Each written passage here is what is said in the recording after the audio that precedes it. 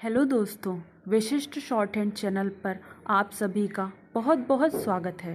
Please channel को like, subscribe और share करें ताकि नई नई डिक्टेशन आप सभी तक जल्दी जल्दी पहुंच सकें और जल्दी से जल्दी आप सिलेक्शन पा सकें। स्टार्ट। उपसभापति महोदय, सबसे पहले तो मैं आपके प्रति कृतज्ञता प्रकट करता हूँ कि आपने इस समय मुझे बोलने का अवसर दिया। विषय का महत्व और बढ़ गया है। अभी 1 साल पहले देश के 9 राज्यों में सूखे का प्रभाव रहा और 3-4 राज्य पूरी तरह से बाढ़ से ग्रसित रहे। महोदय, उसका दुष्परिणाम न अभी देश पर से समाप्त हुआ है, न उस इलाके के किसान पर से समाप्त हुआ है। एक बात का और उल्लेख करना चाहता हूँ। एक के बाद एक कई घोषणाएं तो होती रहती हैं। जैसे अभी मंत्री महोदय ने यह घोषणा कर दी कीमतों की वृद्धि की। मैं वह चार्ट बैठे बैठे पढ़ रहा था। मेरी एक बात समझ में नहीं आई कि भारत की कृषि में जूट व पटसन का कोई स्थान है या नहीं। 1 पैसे की वृद्धि का इसमें उल्लेख नहीं है, लेकिन अब तक देश के अंदर कई बार बीमा की चर्चा हो गई है। मैं आपसे कहना चाहता हूँ कि जिस प्रदेश से मैं आता हूँ, बाढ़ ने 3-4 बार बर्बाद किया है और अभी आते आते 5वीं बार किसानों को अप्रैल महीने के प्रारंभ में, मार्च के अंत में ओले ने बुरी तरह से बिहार में बर्बाद कर दिया और भी कई प्रदेशों को बर्बाद कर दिया। अगर हम चर्चा करते हैं फसल बीमा की, तो यह फसल बीमा का मकसद वास्तविक रूप से जो पीड़ित किसान हैं उन तक पहुंचना है। इसके लिए मैं सरकार से कहना चाहता हूं कि आप प्रीमियम की आकांक्षा सीमांत और लघु किसानों से मत करिए, बल्कि केंद्र सरकार फसल बीमा के प्रीमियम के लिए राज्य सरकार को विवश करें कि वे प्रीमियम के लिए आएं।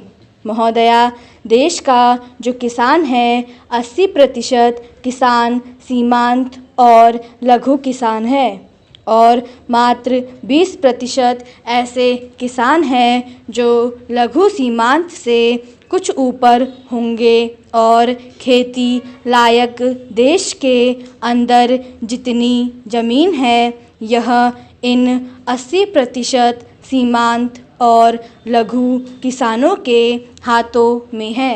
महोदया, थोड़ी देर पहले आबादी के बारे में चर्चा थी। मैं बहुत जल्दी में कहना चाहता हूँ। आज गांव में 70% आबादी रह रही है और इस आबादी के अंतर्गत 71% केवल खेती के ऊपर निर्भर है। उसके पास दूसरा कोई काम नहीं है। आज उसकी अवस्था क्या हो गई है। बाढ़ ने तबाह किया।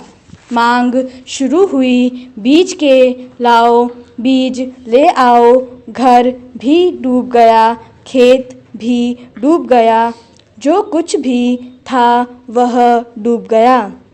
तो आज किसान ऋण के बोझ से परेशान है। सचमुच में अगर आप किसानों को आगे बढ़ाना चाहते हैं तो मैं निवेदन करूंगा कि आप इस पर विचार करें और मैं कहना चाहता हूं कि चंडीगढ़ के अंदर छत पर खड़े होकर मान्यवर देवीलाल जी किसानों के ऋण की माफ़ी की घोषणा कर सकते हैं, तो दिल्ली दरबार में बैठे हुए भजनलाल जी उससे क्यों भोग रहे हैं? वह किसानों के ऋण की माफ़ी की घोषणा क्यों नहीं करते? मैं कहता हूँ देवीलाल जी ने कैसे किया? महोदया, मैं यह कहना चाहता हूँ कि आप देश की स्थिति का विचार कीजिए, देश की आबादी का विचार कीजिए और सचमुच में यदि आप कृषि में कोई रुचि रखना चाहते हैं तो देश के किसानों की यह स्थिति नहीं हो सकती। किसान जो देश का मालिक है वह आज सबसे बदतर और सबसे बुरी स्थिति में पड़ा हुआ दिखाई देता है। महोदया, मैं माननीय कृषि मंत्री जी को बधाई देता हूँ कि उन्होंने किसान की पैदावार के दाम बढ़ाए। मेरा निवेदन यह है कि अप्रैल और मई के जब हम यहाँ बैठे हुए हैं, किसान को इस समय 2 काम करने पड़ते हैं। एक काम तो खेतों में गेहूँ काटने का और बाद में उसको मशीन पर डालकर गेहूँ निकालने का है। दूसरा काम यह है कि गन्ने के खेतों में फसल अभी तक पड़ी हुई है, उसको काटकर मिलों में सेंटर्स पर ले जाना पड़ता है। गर्मी के दिनों का यह काम नहीं है, यह काम सर्दी का है। इसलिए मेरा निवेदन है कि गेहूं की कटाई और गन्ने की सप्लाई के कामों को अलग अलग समय पर करवा दें। मार्च तक गन्ना खत्म हो जाना चाहिए और अप्रैल में मई में वह अपने गेहूं को उठाए और जल्दी उठाकर बारिश से बचाएं। मेरा निवेदन है कि भारत सरकार ने जो शुगर पॉलिसी बनाई है उसमें कृषि मंत्री जी संशोधन करें ताकि जो गन्ना आज भी उत्तर प्रदेश के जनपदों में खेतों में पड़ा हुआ है वह मार्च तक ख़त्म हो जाए और किसान अप्रैल में अपने गेहूं की कटाई कर सकें। एक बात मैं और भी कहना चाहता हूँ कि यह जो कृषि मूल्य आयोग है उसमें कई वर्षों से सुन रहे हैं कि किसानों के प्रतिनिधि और एमपी लिए जाएंगे, लेकिन 6 साल से यह बात उठ रही है परंतु कभी हुआ नहीं है। मैं आशा करता हूँ कि माननीय भजनलाल जी अब नए मंत्री बने हैं, यादव जी आए हैं जो कम से कम अब की बार किसानों के नुमाइंदे उसमें होंगे और अधिकारियों के साथ बैठकर किसानों के उत्पाद का मूल्य तय करेंगे।